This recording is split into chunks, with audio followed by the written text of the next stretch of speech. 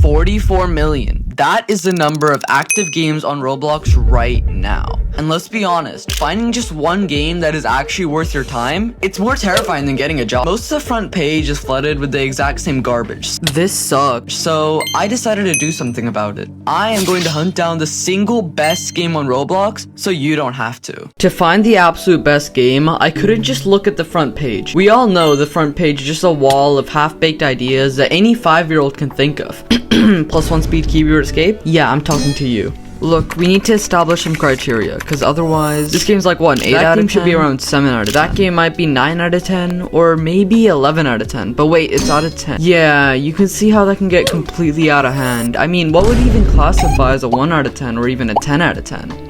Let's open a document and write down our criteria so we don't forget it. Alright, so criteria.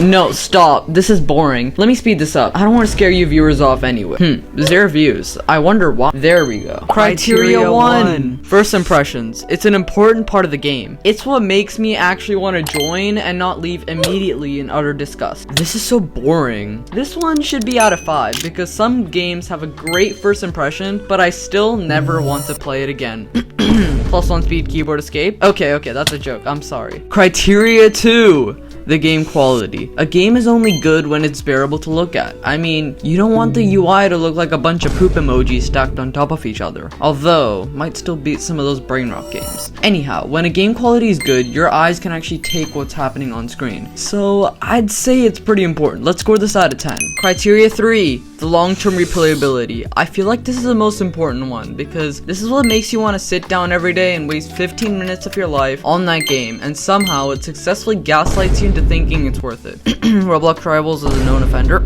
Sorry, sore throat today. This is a really telling factor because if you don't want to play a game a second time, that definitely won't be the 200th best game on Roblox, let alone the best. So I'd say this is much more important than the other two, so let's give this out of 15. Great, so we have our 3 criteria, and the total mark is going to be out of 30. So let's spin the wheel to see which game I try. But wait, there are too many games. So I've narrowed it down to 3 I want to try. Let's try an already popular game first for a decent baseline. Brookhaven. I seriously think the game should damage and allow me to eliminate people with guns. But the only issue is, when I spawn in the game, I'm kinda lonely and friendless. The game only seems fun with friends. First impressions wise, I'd give it a 2 out of 5. At least it loaded into something real, not a blank faceplate. As for the quality, I mean, it gets the job done. It doesn't go exactly above and beyond with anything, but it's one of the better roleplay games out there, so I can't complain. And hey, it's definitely better than +1 speed keyboard escape. Okay, last one, I promise. But the UI is definitely a little clunky. Given that the game is an absolute titan with over 500,000 concurrent players, it has an awful lack of a search bar. Seriously, scrolling down for endless hours is for noobs. Brings the quality score down to a 4 out of 10. But where Brookhaven really excels is long-term replayability. There are endless possibilities. You can jump off a plane in a parachute, you can rent a huge house and terrorize society with these babies. Okay, I'm definitely biased. You aren't bound by a rigid storyline. The sky's the limit, literally. Definitely upper end, so I'll score the replayability an 11 out of 15. The player count speaks for itself. Look at my character though, he's dying on the inside because he doesn't have friends to play with. Let's move on before he starts shedding tears. The total score is a 17 out of 30. Make sure to keep this in mind. Next game, spin the wheel. Okay, I need to stop with that. Now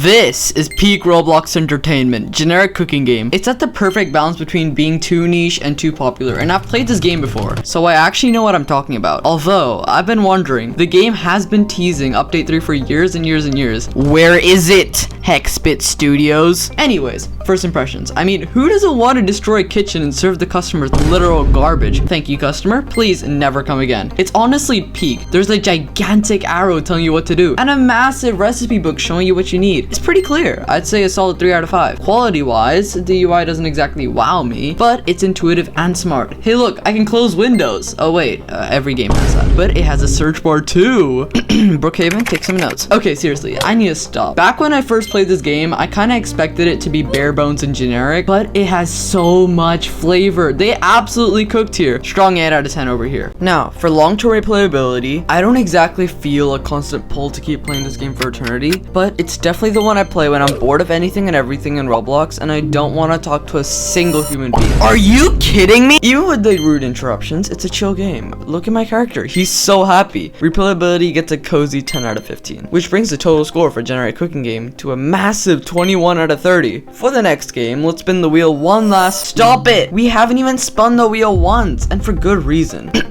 Seriously, you are everywhere. For our last game, Frontlines, seriously, this game shouldn't even be on Roblox. It's like I'm getting punched with the UI and getting hit with the insane gameplay and crying from the insane realism. It's a literal war in there. My head screaming, play this, play this, play this. What if I don't play? What are you gonna do? Oops, I clicked play. Seriously, 5 out of 5 hook. The quality though, in this game. Wait, am I on Steam? How much money did this cost? What? It's free? The weapon textures are more realistic than anything +1 speed keyboard escape can make. Sorry, that was natural instinct. The animations are peak, and I'm losing every round. That is the hallmark of a great game. Standing ovation, 9 out of 10. But replayability, I've just gaslighted myself to keep clicking replay till the end of time. Wait, one more round. Okay, I need to snap out of it. No, stop. It's so addicted. Wow, it's a masterpiece. 12 out of 15. That brings the score to 26 out of 30. Frontlines is the best game on Roblox. Well, according to my scale, I guess. But here's the thing. My scale doesn't account for a lot of things. Sometimes people play a game for the community to socialize, or maybe it just has a distinct mechanic that you like. What I like should be taken with a grain of salt, because I have an unconditional bias towards shooter games. Rivals, why did you spoil me? Finding a single perfect game out of 44 million is literal hell. So I guess this is the closest we can get. Wait, by the way, if you enjoyed this video, could you like and subscribe, please? It took a while to make. See you in the next video.